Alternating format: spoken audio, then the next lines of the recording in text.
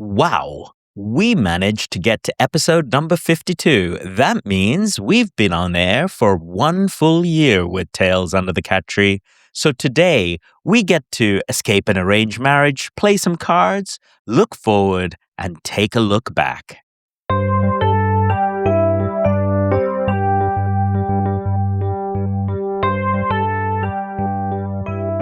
Welcome to Tales Under the Cat Tree. I'm your host, Dupes. And these are tales by humans for humans. After all, words and stories are what give meaning to the worlds we live in. Welcome to the first anniversary of Tales Under the Cat Tree. When I started this podcast, I did not think we would be here 1 year later. Over this past year, I've had so many of the most amazing people I know or are in my extended circle on air. From ex-colleagues talking about the past to folks talking about their hobbies and their creations today. We've explored so many different topics, and I hope you take some time to listen to the many voices that have joined me. From the Holocaust to immigration, from investments to pop culture, from writing to role-playing games, from music to video games, from war photography to traveling as a tourist. This brings us to a question a friend asked me recently. Have I found my niche? This has not been the podcast of a specific topic where I go on a variation every week. I don't have celebrities. I'm neither spouting off angrily nor tilting at windmills most of the time. That's just not me, and therefore I choose to produce content that appeals to my own curiosity and creativity. Tales Under the Cat Tree is essentially an audio magazine. The current podcast platforms do not have a category for that. I am everything, but that means in the world of social media and AI, I am also nothing. I am likely not being promoted by any of the various algorithms, and that is completely okay by me. To put it into perspective, I have supplied almost 24 hours of audio to the world, and over this past year, some 4,000 plus unique listeners have come to download one or more of my podcast episodes from all around the world, though obviously those in Canada, the United States of America, and Finland rank the highest in my listenership. I am touched.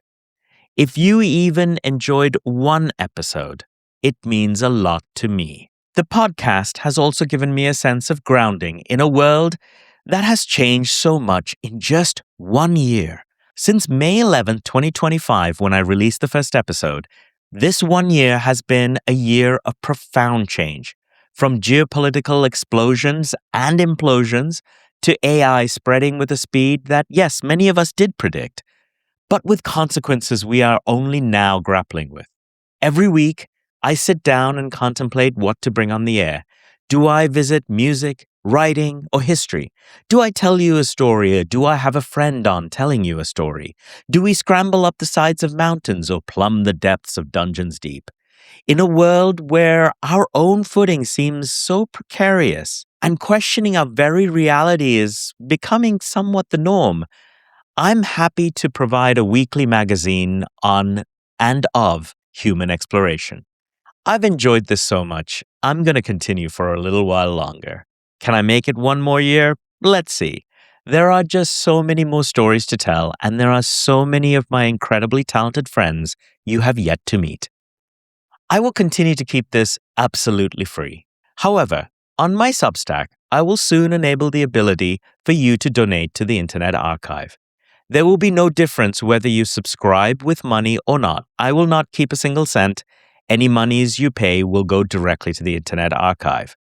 Over this past year, as I have plunged deep into my own content and seeing the havoc caused by the unscrupulous use of AI content generation, I feel the work that the Internet Archive does to preserve this medium for generations to come is immeasurable. Again, subscribe or not, you will get the same content. I am still working my way through the subscription and charity details on my Substack, so that's coming later this spring and summer. Hitting 1 year reminded me that one of the primary reasons I started this podcast was to air some of my writing and to make fun of myself. So today, no interviews, just some of my writing. The first is a piece I wrote some 20 years ago. I don't think it's aged too badly. And the second is a recent short story which I hope you will enjoy. As I said, the first piece is one I wrote about 20 years ago. I was single at the time and, well, as you're going to hear, my mum had other ideas. It isn't every day you open your email and find a marriage proposal in your inbox. Dear Dileepa, your parents and I have been in contact. We have compared your horoscope with our daughter's, and they have matched well. We have attached more details, the horoscope and a picture of our daughter for a proposed marriage. You could have hit me with a mallet and I wouldn't have noticed. The letter continued. Our family and our daughter live in Australia, and we feel that you would be an excellent match. She is very fluent in spoken Sinhalese, and we have kept our cultures and traditions intact by various means, including regular visits to Sri Lanka. My own version of the movie Bollywood Hollywood was taking shape right before my very eyes. In Deepa Mehta's excellent send-up of Bollywood films, a young Toronto man suddenly finds his mother giving him an ultimatum: marry an Indian girl or else. I could actually hear my mother's voice echoing through Bollywood Hollywood. I am so unlucky, she says, as her head bobs in sorrow and she stares up to the heavens. My son should marry a good Sri Lankan girl. This despite the fact that I can't string together a coherent sentence in the native tongue. My own parents, living in Sri Lanka, just off the coast of India, had suddenly decided that I, single and overripe at the age of 29, now needed a wife. I should not have been surprised. They had intimated this desire with every visit and phone call, especially when I was single. As my mother rather eloquently put it over my cell phone while I was out for a walk on a rather brisk -15 Celsius day in Edmonton. Wouldn't it be better if you were out walking with someone hand in hand? I tried to explain to her about the 50-degree temperature differential between myself and any girl living in Sri Lanka. An hour into staring at this email, mouth wide open in a state of shock, I could hear the internal thunder of cultures clashing. Then salvation, and I knew how to save both mine and my parents' honor while refusing this marriage proposal in a polite way. I started typing. Dear sir, thank you very much for your letter. You have a very lovely daughter. From your letter, you seem to be looking for a traditional Sri Lankan. I am afraid that our cultures are very different, and I am not your traditional Sri Lankan. It is with great displeasure that I write to tell you that this proposed union will likely not work. My self-congratulation knew no bounds. I was saving the lives of two people. Did she realize that our parents were plotting to send her to subarctic temperatures in Edmonton? A few days after my self-effacing apology came the reply. My heart stopped beating. Dear Dileepa, thank you very much for your email. My wife and I are very pleased that you are not a traditional Sri Lankan. If we had wanted a traditional Sri Lankan, we would have looked for a husband in Sri Lanka. We think this match would be excellent. Our daughter will email you personally. So how does this story end? Is there a Bollywood or Hollywood ending? Do the children fly off for an international courtship? Do they fall in love at first sight, forgiving parents and reconciling their South Asian and Western upbringings in a romantic union between cultures and countries? My feelings were mixed. On the one hand, I was single and obviously my debonair charm wasn't working in the Edmonton bars. My mum obviously had good taste in beauty and the thought, why not, kept flashing through my head.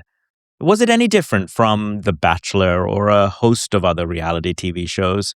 From my understanding, no one could force us to marry anyway. It is more of a dating service these days.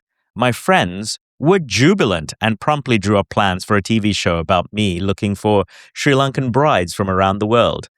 After meeting my mother, each potential bride, they said, would throw on a pair of ice skates and fend for herself.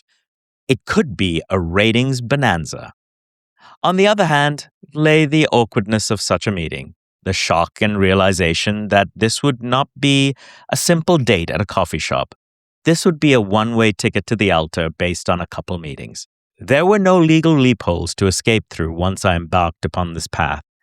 The shiver that went through my spine shattered any hope of a softening in my stance. Thankfully, I had only to wait a few more days to hear from the lovely daughter in question. Hi, Dalipa. I don't know what my parents have been writing to you behind my back. I have only just learned about what they were doing. I have no intention of having an arranged marriage, I assure you. With a relieved sigh, I turned off my computer. My cultures would have to clash another time. The article you just listened to was entitled Escape from an Arranged Marriage. It was written while I was living in Edmonton, Alberta, and ran in the Edmonton Journal along with other newspapers in Canada. Unfortunately, the article was printed with my picture attached. One day, while I was in a taxi in Edmonton, the taxi driver noticed that I had written that article, and he seemed mightily offended. Probably the only time anyone has put my face to some writing I had done.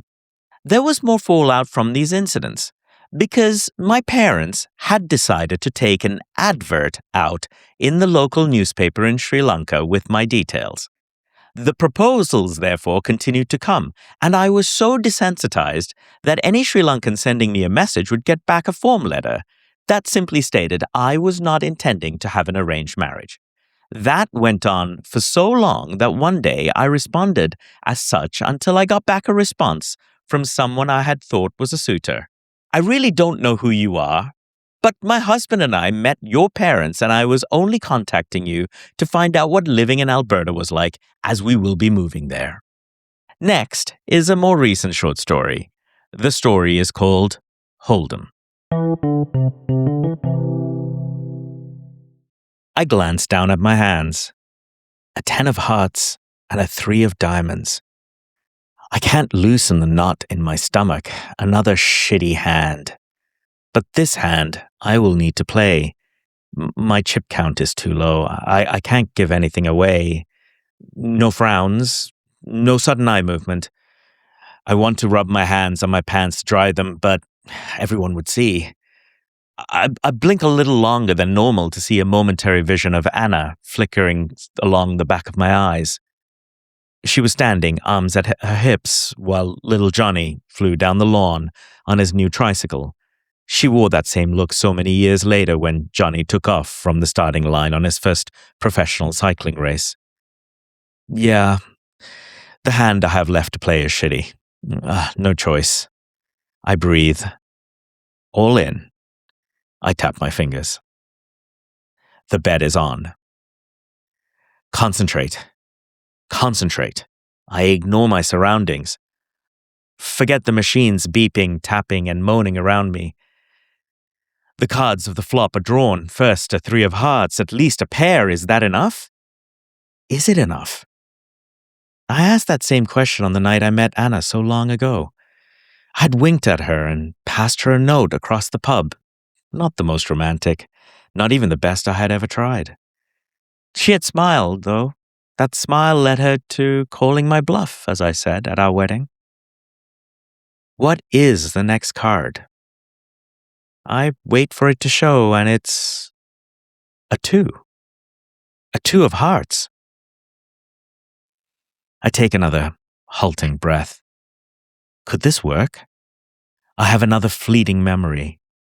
This time with Johnny holding up a 2 of hearts from a card deck the day we had visited him at the hospital, the day his bicycle racing career ended after the accident. We hadn't slept in a month. Seeing him holding up that card, and I knew he was going to walk again. It's a 5 of hearts. Could I win this hand? Another heart. Just what I needed. Almost a flush. I just need another heart. I want to shout to tell everyone and everything around me to be quiet. I have to wait for the turn. It's coming, and it's a 4. A 4 of diamonds. The noose around my stomach tightens. I close my eyes to a vision of Anna being wheeled into surgery with an impish smile on her face. I hope I had reflected that smile. And I knew then that I would not see her alive again. I don't know how I knew. I just did. The surrounding commotion calms to a whisper. I can see the river being drawn.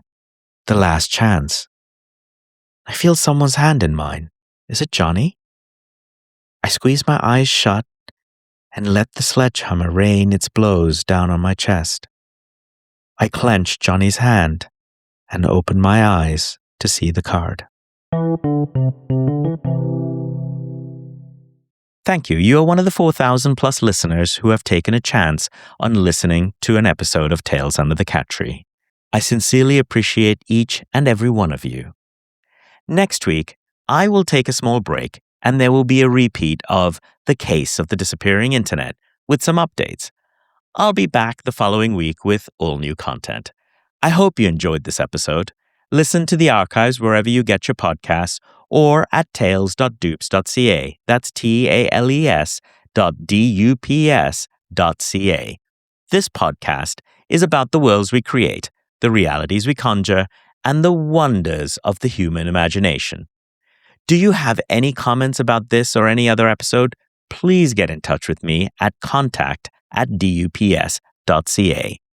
This podcast, including its intro music, is produced, edited, and created by Dileep Vijayawardena.